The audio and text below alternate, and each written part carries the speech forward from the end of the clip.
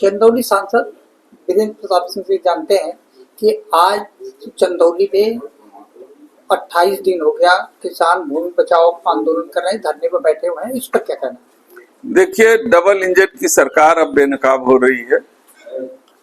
हमने माननीय प्रधानमंत्री जी से इससे अवगत करा दिया कि किसान विकास में बाधक नहीं है, लेकिन किसानों की जमीन को कौड़ियों के दाम यदि ये सरकार हड़पने की कोशिश करेगी तो उसका तो विरोध होगा ही।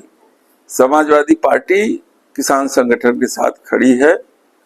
ये कितना बड़ा अन्याय है कि दक्षिण भारत के किसानों को आप 30 करोड़ पर हेक्टेयर मुआवजा दे रहे हैं और हमारे चंदौली जनपद और उत्तर प्रदेश के किसानों को 2 करोड़ भी मुआवजा नहीं दे रहे हैं।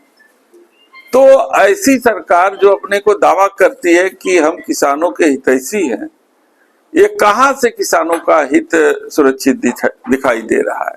तो आज किसान धरने पर है, हमारा नैतिक समर्थन है, क्योंकि कल व्हिप जारी हो गया है। हमें भी सदन में उपस्थित रहना है, इसलिए मैं उस धरने तक नहीं पहुंच पा रहा हूं। मेरा पूरा समर्थन जो चंदौली जनपद के धरनारत किसानों के साथ है और हम उनके समर्थन में खड़ा हूं। सांसद जी, एक सवाल और है कि गंगा कटान को लेकर बड़ी चर्चाएं हुआ करती थी, लेकिन गंगा जी बढ़ रही है, लेकिन कटान रुका नहीं और बढ़ता जा रहा है। हो सकता है कि कई गांव चपेट में आ जाए, इस पर क्या कहना? इसका जवाब सरकार देगी। हमने तो लगातार इस पर सवाल उठाए, लगातार सरकार का ध्यान आकर्षित किया, लगातार देश के सबसे बड़ी पंचायत में अपनी पीड़ा को समझाया।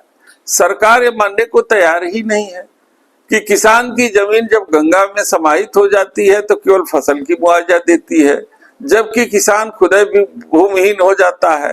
तो आखिर इस दैवीय आपदा में किसानों की जमीन जो गंगा में समाहित हो रही है उसमें किसान का क्या दोष?